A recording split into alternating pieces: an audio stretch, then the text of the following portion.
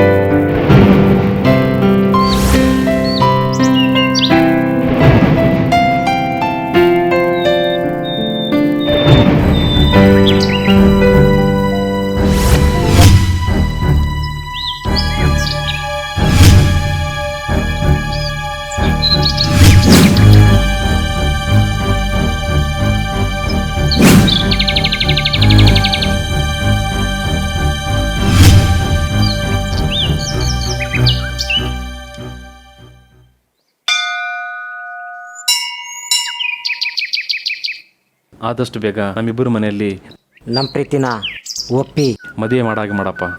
ನಾವಿಬ್ರು ಹೀಗೆ life long ಜೊತೆಯಾಗಿರೋ ಹಾಗೆ ಮಾಡಪ್ಪ.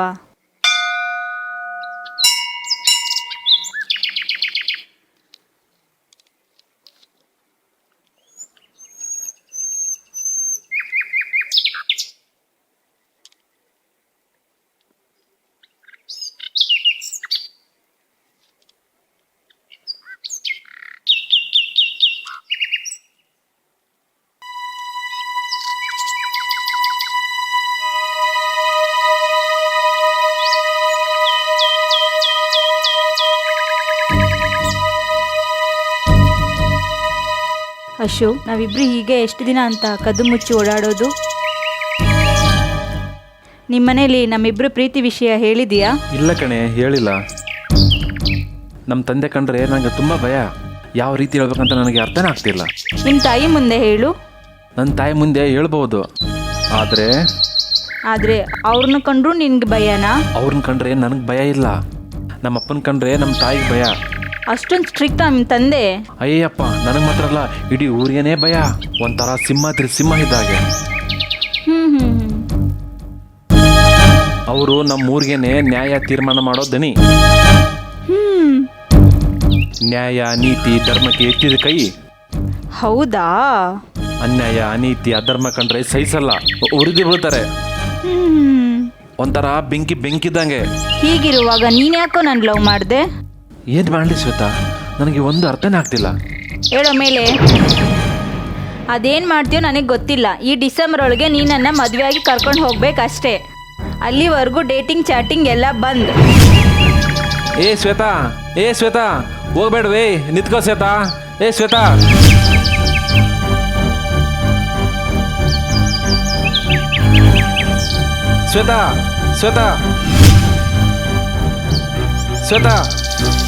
ಛೇ,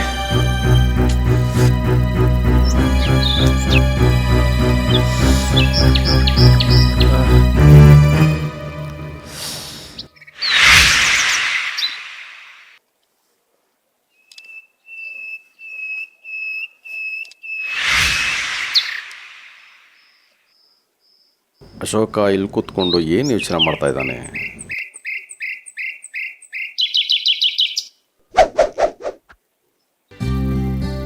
ಹಾಯ್. ಅಶೋಕ, ಏನು? ಹಾಯ್ ರಾಜ್, ಬಾರ ಕೂತ್ಕೋ. ಇಲ್ಲೊಬ್ಬನೇ ಕೂತ್ಕೊಂಡು ಏನೋ ಮಾಡ್ತಿದೀಯೇ? ಹಾಗೆ ಸುಮ್ಮನೆ ಬೇಜಾರು ಕಣೋ, ಬಂದು ಕೂತ್ಕೊಂಡೆ. ಓ, ಬೇಜಾರಾ? ಎಲ್ಲಿ ಬಂತು ನಿಂದು ಸ್ಟೋರಿ? ಅದನ್ನ ಯಾಕೆ ಕೇಳ್ತೆ ಮಾರಯ್ಯ? ಅದೇ ತಲೆನೋವು, ಅದಕ್ಕೆ ಬಂದು ಇಲ್ಲಿ ಕೂತ್ಕೊಂಡೆ. ಅಂಥದ್ದೇನಾಯ್ತು? ನಾ ಲವ್ ಮಾಡೋ ವಿಷಯ ನಮ್ಮ ಅಪ್ಪನಿಗೆ ಗೊತ್ತಾಗಿ ನಮ್ಮಪ್ಪ ಕೊಟ್ಟ ಹೇಳ್ಬಾರ್ದು. ನಮ್ಮಮ್ಮ ಪಕ್ಕದ ಮನೆ ಪದ್ಮಮ್ಮ ಬಂದು ಬಿಡಿಸ್ದೆ ಹೋಗಿದ್ರೆ ನನ್ನ ಕತೆ ಅಷ್ಟೇ. ನಾನು ಅವತ್ತೇ ನಿನಗೆ ಬಡ್ಕಂಡೆ, ಗಿಣಿಗೆ ಹೇಳ್ದಂಗೆ ಹೇಳ್ದೆ ಬೇಡ ಕಣೋ ಇದೆಯಲ್ಲ ಅಂತ. ನೀನು ನನ್ನ ಮಾತು ಕೇಳಿದ್ಯಾ? ಹಲೋ, ತಂದೆಗಿಂತದೆಲ್ಲ ಇಷ್ಟ ಆಗಲ್ಲ ಅಂತ ಗೊತ್ತಿದ್ದು ಅಲ್ಲದೆ ಹೋಗಿ ಆ ಹುಡುಗಿನ ಲವ್ ಮಾಡ್ದಿಯಲ್ಲ, ಬುದ್ಧಿ ಇದೆಯಾ ನಿನಗೆ? ಕಂಡ ದೇವರಿಗೆ ಗಂಡು ಮಗ ಬೇಕು, ನನಗೆ ವಾರಸ್ತಾರ ಬೇಕು ಅಂತ ಕಂಡ ದೇವರಿಗೆಲ್ಲ ಹರಕೆ ಹೊತ್ಕೊಂಡು ನಿನ್ನನ್ನು ಹೆತ್ತವ್ರಿಗೆ ನೀನು ಕೊಡೋ ಪ್ರತಿಫಲ ಇದೇನೇನೋ? ನಿನ್ನ ಮೇಲೆ ಎಷ್ಟು ಆಸೆ ಆಕಾಂಕ್ಷೆ ಇಟ್ಕೊಂಡಿದ್ದಾರೆ ಅಂತ ನಿನಗೆ ಗೊತ್ತಾ? ನನ್ನ ಮಗ ಚೆನ್ನಾಗಿ ಬದುಕಬೇಕು, ಒಳ್ಳೆ ಡಾಕ್ಟ್ರೋ, ಒಳ್ಳೆ ಇಂಜಿನಿಯರೋ, ಒಳ್ಳೆ ಬಿಸ್ನೆಸ್ ಮ್ಯಾನೋ ಆಗಲಿ ಅನ್ನೋ ಆಸೆ ನಿನ್ನ ತಂದೆ ತಾಯಿಗಿರಲ್ವೇನೋ? ಅಷ್ಟೇ ಅಲ್ಲ, ಸಮಾಜದಲ್ಲಿ ನನ್ನ ಮಗ ಮಾದರಿಯಾಗಿ ಬದುಕಬೇಕು ಅನ್ನೋ ಕಲ್ಪನೆ ಅವ್ರಿಗಿರುತ್ತೆ ಅನ್ನೋ ಮನೋಭಾವ ನಿನಗೆ ಬೇಡವೇನೋ? ನಿಮ್ಮ ತಂದೆ ಇತಿಹಾಸ ನಿನಗೆ ಚೆನ್ನಾಗಿ ಗೊತ್ತು, ಎಷ್ಟು ಈ ಸಮಾಜಕ್ಕೆ ಯಾವ ರೀತಿ ಮಾದರಿಯಾಗಿ ಬದುಕಿದ್ದಾರೆ ಅಂತ. ಅಂಥವರ ಹೊಟ್ಟೆಲುಟ್ಟಿ ನೀನು ಈ ಅಡ್ಡದಾರಿ ತುಳಿಯೋದು ಸರಿನೇನೋ? ಮೇಲಾಗಿ ನಿನಗೆ ಒಬ್ಳು ಒಳ್ಳೆ ತಂಗಿ ಇದ್ದಾಳೆ, ಭವಿಷ್ಯದ ಬಗ್ಗೆ ಸ್ವಲ್ಪನಾದ್ರೂ ಯೋಚನೆ ಮಾಡಿದೀಯಾ? ಅವಳ ಅಣ್ಣ ಯಾವಳನ್ನ ಲವ್ ಮಾಡಿ ಮದುವೆ ಆಗಿದ್ದಾನೆ ಅಂತ 4 ಜನರ ಬಾಯಲ್ಲಿ ಬಂದ್ರೆ ಅವಳನ್ನ ಸುಸಂಸ್ಕೃತರೋ ಬುದ್ಧಿವಂತರೋ ಯಾರೋ ಮದುವೆ ಮಾಡ್ಕೋತಾರೆ. ಅದು ತಿಳಿಯೋದಿಲ್ವೇನೋ ನಿನಗೆ? ಹೌದು ಕಣೋ, ನಮ್ಮ ತಂದೆ ಹೊಡೆದಾಗ ಪಕ್ಕದ ಮನೆ ಪದ್ಮಮ್ಮ ಕರೆಸಿ ಬುದ್ಧಿ ಹೇಳಿದ್ಮೇಲೆ ನಾ ಮಾಡ್ತಿರೋದು ತಪ್ಪಂತ ನಂಗೆ ಅನಿಸಿತ್ತು. ಹೇಯ್, ಸೂಪರ್ ಮಗ. ಅವಾಗಲೇ ಎಚ್ಚೆತ್ಕೊಂಡು ಶ್ವೇತನ ಬರ ಕೇಳಿದೆ.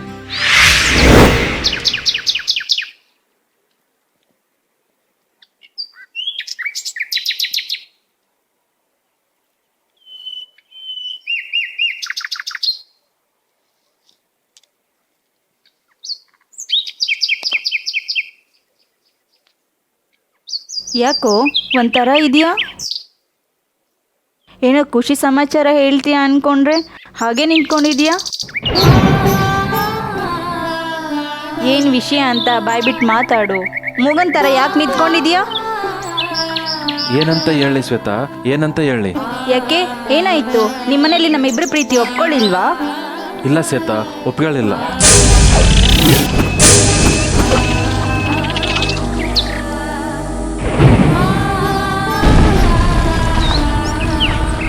ನಮ್ಮ ತಂದೆ ಬಾಯಿ ಬಂದಂಗೆ ಬೈದು ನಾಯಿ ಹೊಡೆದಂಗೆ ಹೊಡೆದ್ಬಿಟ್ರು. ನನ್ನ ಸಾಯಿಸೋದು ಒಂದೇ ಬಾಕಿ. ಅದಕ್ಕೆ ಈಗ ನೀನು ನಮ್ಮ ಪ್ರೀತಿನ ಮರ್ತ್ಬಿಡು ಅಂತ ಹೇಳ್ತಾ ಇದೀಯ ಅಲ್ವಾ? ಬೇರೆ ದಾರಿನೇ ಇಲ್ಲ. ಇಷ್ಟು ದಿನ ಆಗಿದ್ದನ್ನು ಮರೆತು ಇನ್ಮೇಲೆ ನಾವು ಫ್ರೆಂಡ್ಸ್ ಆಗಿರೋಣ. ಇದನ್ನ ಹೇಳೋಕೆ ನಾನು ನಿನ್ನ ತಲೆ ಕೆಡಿಸಿ ಲವ್ ಮಾಡಿರೋದು? ಹೆಂಗೋ ನೀನ್ ಬಿಟ್ಟು ನಾನು ಬದುಕಲಿ? ಬದುಕಬೇಕು ಶ್ವೇತಾ, ಬದುಕಬೇಕು. ಅದೇ ಜೀವನ. ಬದಲಾವಣೆನ ಈ ಜಗದ ನಿಯಮ ಅಂತ ಅನ್ಕೊಂಡು ಮರಿಬೇಕಷ್ಟೇ. ಹೆಂಗ್ ಕಣೋ, ಹೆಂಗ್ ನಿನ್ ಮರ್ತ್ ಬದುಕಲಿ?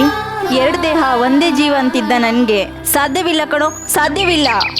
ಸಾಧ್ಯ ಮಾಡ್ಕೋಬೇಕು ಶ್ವೇತಾ, ಸಾಧ್ಯ ಮಾಡ್ಕೋಬೇಕು. ನೀನಿನ್ನು ಜೀವನದಲ್ಲಿ ಚೆನ್ನಾಗಿ ಓದಿ ನೀ ಏನು ಅನ್ಕೊಂಡಿದ್ಯಾ ಅದನ್ನು ಸಾಧನೆ ಮಾಡಬೇಕು. ಜೀವನದಲ್ಲಿ ಏನೇನೋ ಇದೆ, ಅದನ್ನೆಲ್ಲ ಮೆಟ್ಟಿ ನಿಲ್ಲಬೇಕು. ಈಗ ನಾವು ಮಾಡಿರೋ ಪ್ರೀತಿನೇ ಸಾಧನೆ ಅಲ್ಲ. ಎತ್ತರ ಮನಸ್ಸನ್ನು ನೋಯಿಸಿ ಅವ್ರ ನೋವಿನಲ್ಲಿ ನಾವು ಒಂದಾಗಿ ಜೀವನ ಮಾಡೋದು ಜೀವನನೇ ಅಲ್ಲ. ಅದು ನಮ್ಮ ಶ್ರೇಯಸ್ಸಿಗೂ ನೆಮ್ಮದಿ ತರಲ್ಲ. ಅಂಥ ಜೀವನ ಬೇಕು ಹೇಳು? ಇಷ್ಟು ದಿನ ನಡೆದಿರೋದು ಒಂದು ಕೆಟ್ಟ ಕನಸು ಅಂದ್ಕೊಂಡು ಹೊಸ ಬಾಳಿನ ಕಡೆ ಗಮನ ಕೊಡು.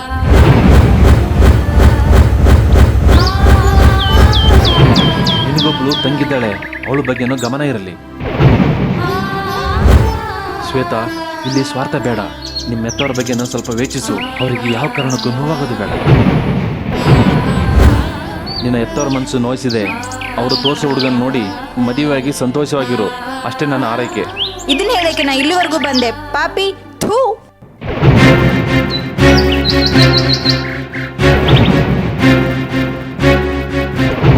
ಏ ಶ್ವೇತಾ, ಏ ಶ್ವೇತಾ, ನಿಂತ್ಕೋ. ಶ್ವೇತಾ, ಶ್ವೇತಾ.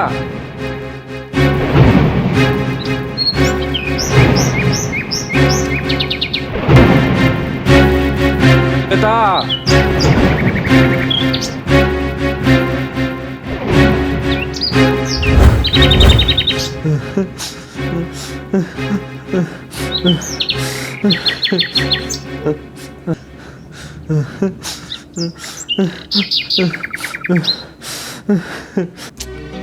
ಛೇ, ಯಾಕೆ ಹೇಳ್ತಾ ಇದೀಯಾ?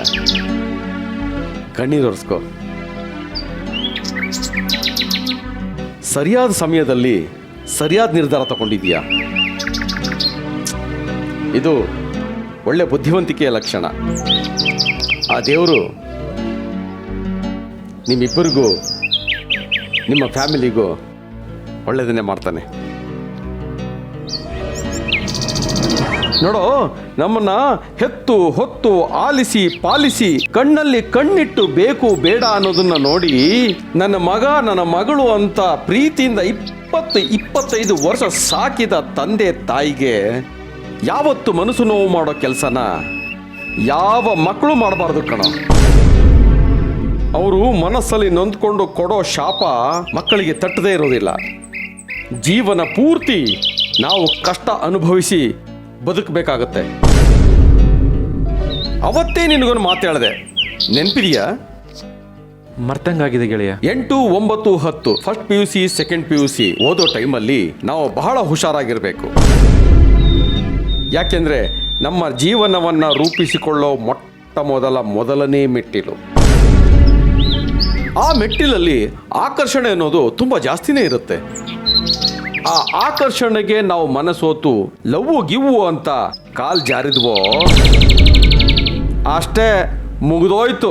ಓದು ಕಂಪ್ಲೀಟ್ ಆಗಲ್ಲ, ಜೀವನನ ರೂಪಿಸ್ಕೊಳ್ಳೋಕ್ಕೂ ಆಗಲ್ಲ. ಅಡ್ಗೋಡೆ ಮೇಲೆ ಒಂಥರ ದೀಪ ಇಟ್ಟಂಗೆ ಮನೆಯವ್ರನ್ನೆಲ್ಲ ಎದುರಾಕೊಂಡು ಬೀದಿ ಬೀದಿ ಅಲಿಬೇಕಾಗುತ್ತೆ ಕಣೋ. ನಾವು ಎಚ್ಚರಿಕೆಯಿಂದ ಹೆಜ್ಜೆ ಇಡಬೇಕಾಗತ್ತೆ. ಬಲವಂತವಾಗಿ ಲವ್ ಮಾಡೋದು, ಅವಳು ಒಪ್ಲಿಲ್ಲ ಅಂದ್ರೆ ಅವಳನ್ನ ಕಿಡ್ನಾಪ್ ಮಾಡೋದು, ಮರ್ಡರ್ ಮಾಡಿ ಮುಗಿಸೋದು, ಇದೆಲ್ಲ ಮಾಡೋದ್ರಿಂದ ಈ ಸಮಾಜಕ್ಕೆ ನಾವೇನ್ ಸಂದೇಶ ಕೊಡ್ತೀವಿ ಹೇಳು? ರೌಡಿ, ಪೊರ್ಕಿ, ಪೊರೋಡಿ ಅಂತ ಪಟ್ಟ ಕಟ್ಟಿಸ್ಕೊಂಡು ಜೈಲ್ ಕಂಬಿ ಎಣಿಸ್ಬೇಕಾಗತ್ತೆ. ಇದರಿಂದ ನಮಗೂ ನೆಮ್ಮದಿ ಇಲ್ಲ, ಹೆತ್ತವರು ಸಮಾಜದಲ್ಲಿ ತಲೆ ತಗ್ಗಿಸಿಕೊಂಡು ಬದುಕಬೇಕಾಗತ್ತೆ. ನಾವು ಮಾಡಿರೋ ಘನ ಕಾರ್ಯಕ್ಕೆ ಸೂಸೈಡ್ ಮಾಡ್ಕೊಳ್ಳೋ ಪರಿಸ್ಥಿತಿ ಬರಬೇಕಾಗತ್ತೆ. ಅದಕ್ಕೆ ನಾವು ಅಂತಹ ಪರಿಸ್ಥಿತಿಗೆ ಕಾರಣರಾಗಬಾರ್ದು ಕಣೋ. ಎಚ್ಚರಿಕೆಯಿಂದ ಹೆಜ್ಜೆ ಇಟ್ಟು ಜೀವನ ಸಾಗಿಸಿದಾಗಲೇ ಸಮಾಜದಲ್ಲಿ ನಮಗೂ ಗೌರವ, ಸಮಾಜಕ್ಕೂ ಒಂದೊಳ್ಳೆ ಗೌರವ. ಆಯ್ತಾ? ಇದನ್ನ ನಾವೆಲ್ಲ ಯುವ ಪೀಳಿಗೆ ಅರ್ಥ ಮಾಡಿಕೊಂಡು ಬದುಕಬೇಕಾಗತ್ತೆ. ಸರಿಯಾಗಿ ಹೇಳಿದೆ ಕಣೋ. ಅದಕ್ಕೆ ಈ ಸಮಾಜದಲ್ಲಿ ನನಗೆ ಒಳ್ಳೆ ಹೆಸರಿರೋದು, ದೊಡ್ಡವರೆಲ್ಲ ಗೌರವ ಕೊಡೋದು. ನನ್ನನ್ನು ನೀನು ಫಾಲೋ ಮಾಡು, ನಿನಗೂ ಸಮಾಜದಲ್ಲಿ ಒಳ್ಳೆ ಗೌರವ ಸಿಗುತ್ತೆ. ಇವತ್ತು ಶ್ರೀರಾಮನವಮಿ, ಬಾ ಹೋಗೋಣ, ಭಜನೆ ಮಾಡೋಣ. ಬಾ ಹೋಗೋಣ.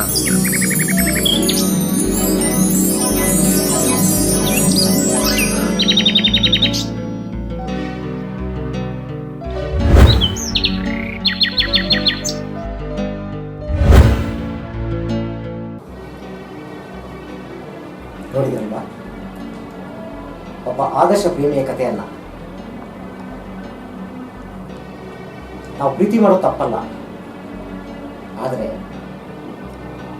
ನಮ್ಮ ಹೆತ್ತವರ ಮನಸ್ಸನ್ನು ನೋಯಿಸಿ ಪ್ರೀತಿ ಮಾಡೋದು ತುಂಬಾ ತಪ್ಪು. ಅವರ ನೋವು ನಮಗೆ ಶಾಪವಾಗಿಯೂ ವರದಾನವಾಗಬಹುದು. ಈ 8, 9, 10, 11, 12ನೇ ಕ್ಲಾಸ್ನಲ್ಲಿ ನಾವು ಚೆನ್ನಾಗಿ ಓದಿ ನಮ್ಮ ಜೀವನವನ್ನು ರೂಪಿಸಿಕೊಳ್ಳುವಂತಹ ಒಂದು ಸಮಯ. ಆ ಟೈಮಲ್ಲೇ ಈ ಪ್ರೀತಿ ಎಂಬ ಆಕರ್ಷಣೆಯ ಬಲೆಗೆ ಬಿದ್ದು ಈ ಕಡೆ ಓದು ಇಲ್ಲದೆ ಈ ಕಡೆ ಜೀವನವನ್ನು ರೂಪಿಸಿಕೊಳ್ಳಕ್ಕಾಗದೆ ನಡುನೀರಿನಲ್ಲಿ ನಿಲ್ಲುವ ಪರಿಸ್ಥಿತಿ ಬಂದಿದೆ. ಇಂತಹ ಇನ್ನೂ ಅನೇಕ ಸಮಾಜವನ್ನು ತಿದ್ದುವಂತಹ ಕಿರುಚಿತ್ರಗಳನ್ನು, ವಿಡಿಯೋ ಸಾಂಗ್ಗಳನ್ನು, ಹಾಸ್ಯ ಚಟಕಿಗಳನ್ನು ತಾವು ನೋಡಲು ನನ್ನ SGRS ಎಂಟರ್ಟೈನ್ಮೆಂಟ್ ಈ ಯೂಟ್ಯೂಬ್ ಚಾನಲನ್ನು ತಾವೆಲ್ಲರೂ ಸಬ್ಸ್ಕ್ರೈಬ್ ಮಾಡಿಕೊಳ್ಳಿ. ನಿಮ್ಮ ಸ್ನೇಹಿತರಿಗೆಲ್ಲ ಶೇರ್ ಮಾಡಿ, ಕಾಮೆಂಟ್ ಮಾಡಿ, ಲೈಕ್ ಮಾಡಿ. ಇಷ್ಟು ದಿನ ತಾವೆಲ್ಲರೂ ಸಬ್ಸ್ಕ್ರೈಬ್ ಮಾಡಿಕೊಂಡು ನನ್ನ ಚಾನಲ್ನ ಪ್ರೋತ್ಸಾಹಿಸೋಕ್ಕೆ ತಮ್ಮೆಲ್ಲರಿಗೂ ಈ ನಿಮ್ಮ ಚಲನಚಿತ್ರ ನಟ, ಸಾಹಿತಿ, ನಿರ್ದೇಶಕ ತನ್ಮಯ್ ಎಸ್. ಕುಮಾರ್ನ ಹೃತ್ಪೂರ್ವಕ ಪ್ರಣಾಮಗಳು.